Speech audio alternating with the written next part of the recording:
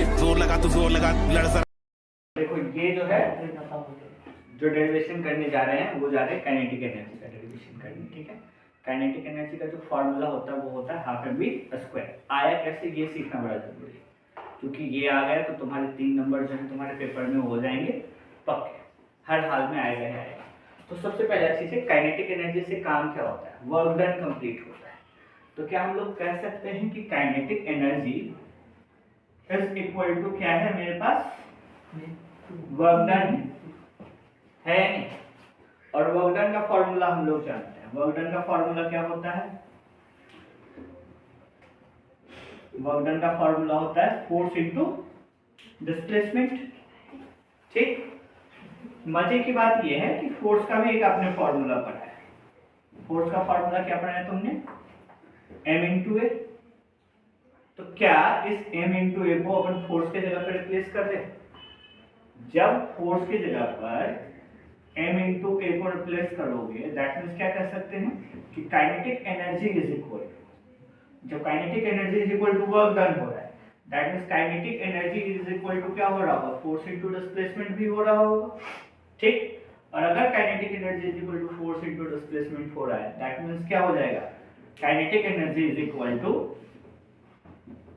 मास into acceleration into displacement हो रहा होगा।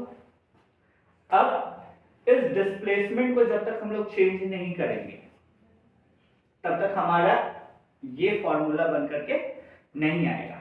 तो इस डिस्प्लेसमेंट को चेंज करते हैं, कैसे चेंज करते हैं, third equation of motion use करके। तो यहां पर क्या लिखेंगे, बाय यूजिंग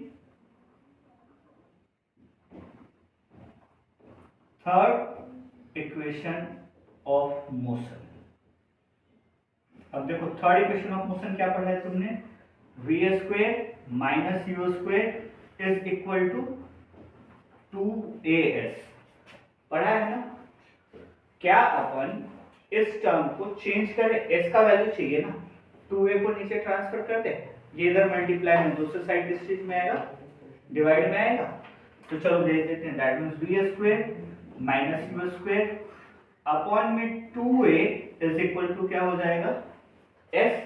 ये पूरा का पूरा वैल्यू किसका आ गया हमारे पास, बताओ, पूरा का पूरा वैल्यू किसका आ गया, डिस्प्लेसमेंट का। क्या इस डिस्प्लेसमेंट को अपन इससे चेंज कर दे, एस से, पक्का ना।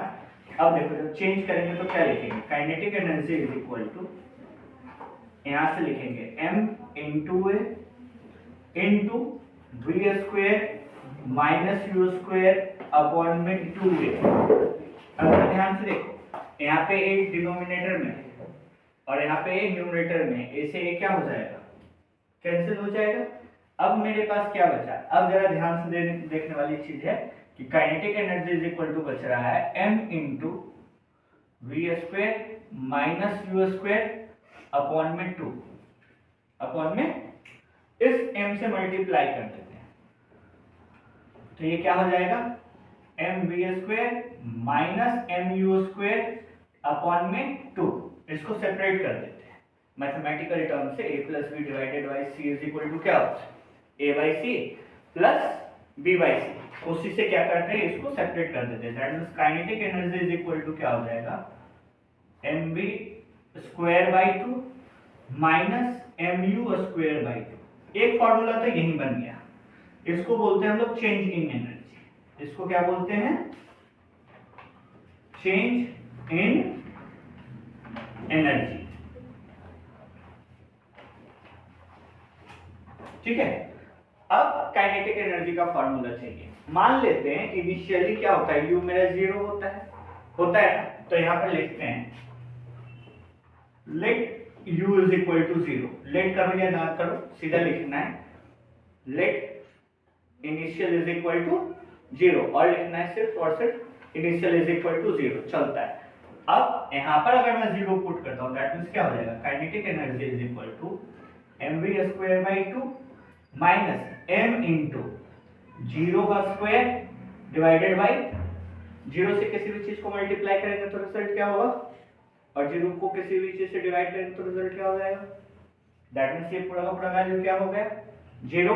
बचा क्या मेरे पास, kinetic energy is equal to mv²/2, यहां से हाफ कॉमन ले लो, that means kinetic energy is equal to क्या हो गया, बात समझ में आ गया। तो ये है तुम्हारा काइनेटिक एनर्जी का फॉर्मूला।